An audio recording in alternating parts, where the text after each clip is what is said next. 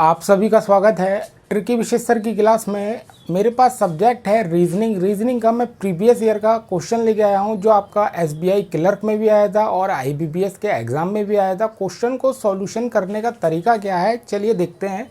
भाई क्वेश्चन मेरे पास दे रखा है 9 व्यक्ति हैं जिनके नाम मेरे पास दिए हैं, एक पंक्ति में बैठे हैं कुछ दूरी पर और उन सभी का मुंह उत्तर की ओर है। भाई हमारे पास जो दे रखा है पंक्ति है मेरे पास एक, उन सभी का मुंह जो है उत्तर की ओर है और कितने व्यक्ति हैं मेरे पास 9।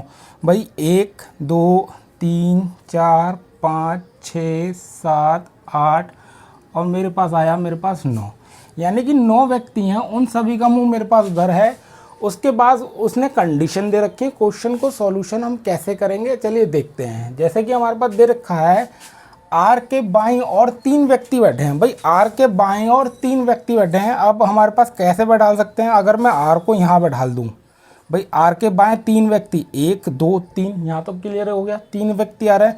भाई आर मेरे पास यहाँ भी हो सकता है, 3 व्यक्ति यहाँ आ सकते हैं। आर मेरे पास यहाँ भी हो सकता है, 3 व्यक्ति है। लेकिन जब हम क्वेश्चन को धीरे धीरे सॉल्यूशन करेंगे तो हमें ये कंफर्म होगा डायग्राम हमारा कौन सा वाला सही चल रहा है। मैं आपको नीचे भी एक क्वेश्चन का सॉल्यूशन लेके चलता हूँ, ऊपर भी लेके चलता हूँ, जो सही होगा हम उस पर टिक कर लेंगे। जैसे कि मान लीजिए मैं आर को यहाँ लिख लेता हूँ। भाई आर के बाएं 3 व्यक्ति 1 2 3, भाई 3 व्यक्ति आ गए। अब आगे मेरे पास दे रखा है एम और आर के बीच, भाई एम और आर के बीच एक व्यक्ति बैठा है। एम और आर के बीच भाई एक व्यक्ति बैठा है मेरे पास, इधर भी हो सकता है इधर भी हो सकता है, लेकिन कंडीशन हमारे अब अभी पॉसिबल नहीं है। भाई एम और आर के बीच मेरे पास एक व्यक्ति बैठा है, ठीक है।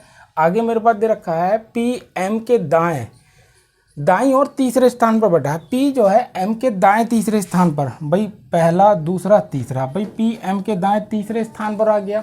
अब पी जो है एम के दाएं तीसरे स्थान पर, भाई पहला दूसरा तीसरा, भाई तीसरे स्थान पर आ गया।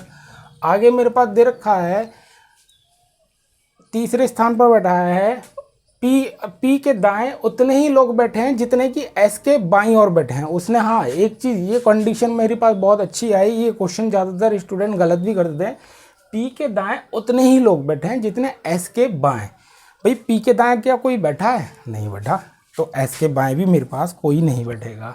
अब पी के दाएँ कितने लोग बैठे हैं मेरे पास 1 2 3, तो एस के बाएं मेरे पास कितने लोग बैठेंगे, मेरे पास 3 बैठेंगे, 1 2 3, ठीक है। अब कंडीशन मेरे पास यहाँ तक सही चल रही है। फिर उसने बोला क्यू और एस के बीच केवल 3 व्यक्ति बैठे हैं। क्यू और एस अगर आप देखेंगे, भाई क्यू और एस के बीच मेरे पास कितने व्यक्ति बैठे हैं, वो बैठे हैं मेरे पास 3। अब क्यू और एस के बीच में 3 व्यक्ति कहाँ बैठा सकता हूँ, 1 2 3, लेकिन यहाँ नहीं आ सकता। भाई क्यू और एस के बीच में 1 2 3, हाँ यहाँ आ सकता है, इधर चेक कर लेते हैं। भाई 1 2 3 यहाँ नहीं आ सकता, यानी कि यहाँ आएगा Q और S के बीच में 1 2 3, या तो Q आएगा हमारे पास। Q उसने बोला है Q और S के बीच में हमारे पास जो बैठे हैं वो 3 व्यक्ति बैठे हैं। भाई 1 2 3, यानी कि हमारे पास Q और S के बीच में कितने व्यक्ति आ गए, मेरे पास 3 व्यक्ति आ गए। 1 2 3, यानी कि Q और S के बीच में 3 व्यक्ति आ गए। अब Q और S के बीच में मेरे पास 3 व्यक्ति कैसे बैठा सकता हूँ, 1 2 3, यहाँ तो नहीं आ सकता। भाई अब Q और S के बीच में 1 2 3, यानी कि हमारे पास Q और S के बीच में यहाँ आ गए 3 व्यक्ति। अब आगे मेरे पास दे रखा है भाई जो T जो है W के बाईं और चौथे स्थान पर बैठा है। T जो है W के बाईं और चौथे स्थान पर, T जो है W के बाईं ओर, भाई W को अगर यहाँ बैठाऊंगा तो पहला दूसरा तीसरा चौथा, गलत हो रहा है। T जो है W के बाईं ओर चौथे स्थान पर, पहला दूसरा तीसरा चौथा, T जो है W के बाईं ओर चौथे स्थान पर। अब मेरे पास यहाँ अगर मैं बैठाता हूँ T जो है W के बाईं ओर चौथे स्थान पर, यहाँ मैं बैठा ही नहीं सकता क्योंकि जगह मेरे पास कंप्लीट हो गई। आप देखेंगे बायां मैं इधर को जाऊँगा तो कहाँ से फिल करूँगा, यानी कि यह कंडीशन मेरे पास रॉन्ग हो गई। इसे मैं रफ कर देता हूँ, फिर मैं हम ऊपर वाले क्वेश्चन को देखते हैं। भाई यानी कि मेरे पास ये कंडीशन जो है वो गलत हो गई। अब आगे देखिए, आगे मेरे पास दे रखा है भाई N उन व्यक्तियों में से है जो V के दाएं बैठे हैं। अच्छा एक चीज़ और बताऊंगा, N जो है उन व्यक्तियों में से है जो V के दाएं बैठे हैं। एकदम दाएं बैठा है उसने क्वेश्चन में ये नहीं बोला है, यानी कि V जो है V के दाएं बैठे हैं। V के दाएं हमारे पास कौन बैठा है, वो बैठा है मेरे पास N, यानी कि मेरे पास कंडीशन ये मेरे पास पूरी फिल हो गई। अच्छा मेरे पास डायग्राम तो बन गया, लेकिन क्वेश्चन को सॉल्यूशन करने का तरीका जो रहता है वो यही रहता है, आप एक डायग्राम बनाइए या 2 डायग्राम बनाइए, जहां आपका रॉन्ग हो जाए वहां से आप उसे कैंसिल कर देंगे और जो आपका सही है उसे टिक करके जो नीचे आपसे क्वेश्चन पूछेगा वो आपका आंसर आ जाएगा। भाई जैसे कि दे रखा है n और m के बीच व्यक्तियों की संख्या कितनी है। भाई n और m के बीच हमारे पास कितनी व्यक्तियों की संख्या है, एक ऑप्शन दे रखा होगा, 1 है, 2 है, 3 है, 3 से अधिक है, जो भी आप टिक कर देंगे।